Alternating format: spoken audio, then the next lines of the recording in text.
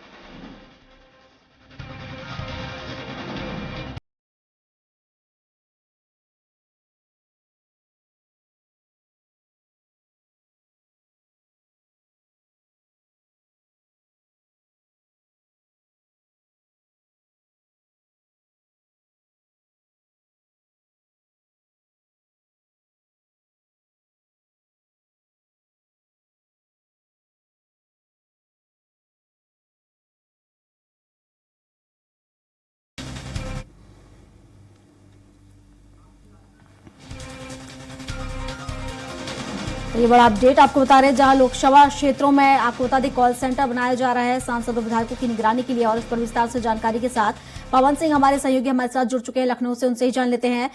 पवन, लोकसभा क्षेत्रों में call centre बनाया जा रहा है, कहां कहां ये कॉल सेंटर बनाया गया है और किस तरीके से आखिर इस कॉल सेंटर के जरिए निगरानी रखी जाएगी, कैसा क्या कुछ उद्देश्य इसका?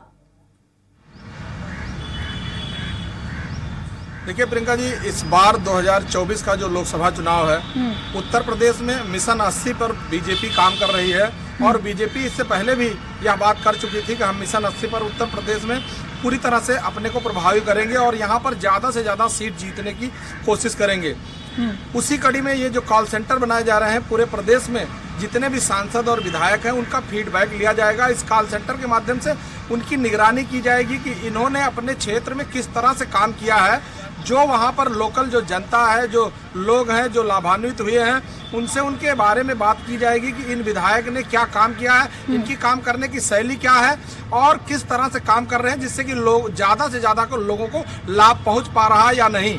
इसके अलावा जो विधायक हैं उनकी फीडबैक लिया जाएगा। सबसे बड़ी बात है कि इस समय 2024 का जो लोकसभा चुनाव है उसमें पार्टी किस व्यक्ति को इस बार प्रत्याशी बनाती है, इस पर भी निगरानी की जा रही है। और वहाँ लोगों से, लाभार्थियों से यह पूछा जाएगा कि इन जो माननीय सांसद हैं इनसे आप संतुष्ट हैं या नहीं, और अगर आप संतुष्ट नहीं तो किसको चाहते हैं। इस तरह की कुछ प्रक्रिया इस बार अपनाई जाएगी और यह पूरे प्रदेश में सभी लोकसभा, सभी विधानसभा में लोगों के द्वारा जानकारी ली जाएगी। ये किसी व्यक्ति के माध्यम से नहीं कि जो नेता के साथ या कोई संगठन का व्यक्ति जो सपोर्ट करते हैं या साथ देते हैं, उन लोगों को छोड़ करके जनता से सीधा संवाद किया जाएगा इस कॉल सेंटर के माध्यम से, जिससे सभी अपनी बात रख सकेंगे। पूरे प्रदेश में जितनी भी 80 लोकसभा सीट हैं उन सभी लोकसभा सीटों से कॉल सेंटर के माध्यम से यह डाटा इकट्ठा किया जाएगा और उसको पूरी तरह से इकट्ठा करने के बाद उसमें मंथन किया जाएगा कि किस क्षेत्र में प्रेजेंट सांसद के बाद दूसरे नंबर पर किसको लोग चाहते हैं, किस व्यक्ति को चाहते हैं कि हमारे जो लोकसभा में वह सांसद बने। इन सभी चीज़ों को देखते हुए बीजेपी इस बार ग्रास रूट पर सबका फीडबैक लेगी। उसके बाद इसमें निर्णय लिया जाएगा कि किसको प्रत्याशी बनाया जाए जिससे कि लोकसभा में मिशन 80 पे हम कामयाब हो सकें। जी प्रियंका, बिल्कुल पवन जी, और जिस तरीके से अगर हम सियासी अगर यहाँ पर देखें, सियासी हलचल की बात करें, सियासी फिजाओं की बात करें, तो किस तरह की तस्वीर आप यहाँ पर देख पा रहे हैं? वो कौन से विधायक के सांसद हैं जो कम जनता के बीच पहुंचे हैं और यहाँ पर कहीं ना कहीं उनका टिकट काटा जा सकता है? देखिए प्रियंका, सबसे बड़ी बात है कि प्रदेश में बहुत सारे ऐसे सांसद हैं, विधायक हैं जो अपने क्षेत्र में समय कम देते हैं। उसका मुख्य कारण है कि वो लोग या तो दिल्ली रहते हैं या अपने काम में लगे रहते हैं या सरकारी मिशन में कहीं किसी काम में लगाए जाते हैं तो जाते हैं। उसमें करीब अभी तक का जो डाटा है, ऐसा माना जा रहा है कि करीब 30 से 35% जो मौजूदा सांसद है उनका टिकट कट सकता है, क्योंकि उनका जो फीडबैक है वो दिल्ली तक बहुत अच्छा नहीं है। उसमें लोगों ने भी फीडबैक दिया है, कुछ कंप्लेन किए हैं, कुछ लोगों ने वर्बली बहुत सारी ऐसी योजनाएं हैं जिसका लाभ लोगों को नहीं मिला है या उसमें कहीं न कहीं बाधक साबित हुए हैं। इन सभी चीज़ों की पूरी तरह से मॉनिटरिंग होगी और जो इस बार जो टिकट दिया जाएगा उसके लिए भी इस बार इसी कॉल सेंटर के माध्यम से फीडबैक लिया जाएगा कि किस व्यक्ति को इस बार सांसद बनाना चाहते हैं। उस बात के लिए जनता से लोग फीडबैक लेंगे। और आपको बताएं कि हर लोकसभा में प्रथम और दूसरी तीसरी पंक्ति में बहुत सारे ऐसे नेता होते हैं जिनको लोग चाहते हैं, लेकिन किसी कारणवश वो टिकट किसी अन्य को मिल जाता है जिसमें बहुत सारी जनता उनसे नाराज होती है। इसका बड़ा कारण होता है कि पार्टी टिकट देने के बाद वहां के लोगों के बारे में फीडबैक नहीं लेती।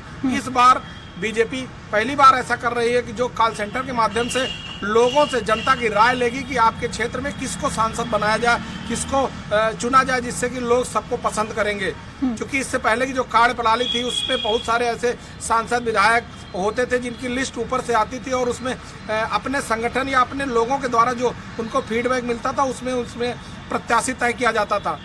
ये पहली बार हो रहा है कि जो कॉल सेंटर के माध्यम से बिल्कुल जनता से संवाद करके वहां से फीडबैक लेके जो उसका परसेंटेज होगा, जो उसका मंथन किया जाएगा, उसमें जो लोग नाम सामने आएगा उस पर मंथन करके फिर उसको प्रत्याशी बनाया जाएगा। प्रियंका, बिल्कुल पवन जी, एक संदेश भी कहीं ना कहीं भाजपा इसके जरिए देना चाह रही है कि जो सक्रिय कार्यकर्ता हैं कहीं ना कहीं उन्हें ही मौका दिया जाएगा ताकि सभी जो विधायक सांसद या कोई भी कार्यकर्ता हो तो सक्रिय रूप से काम करे, जनता के बीच पहुंचे। फिलहाल शुक्रिया आपका तमाम जानकारियों के लिए।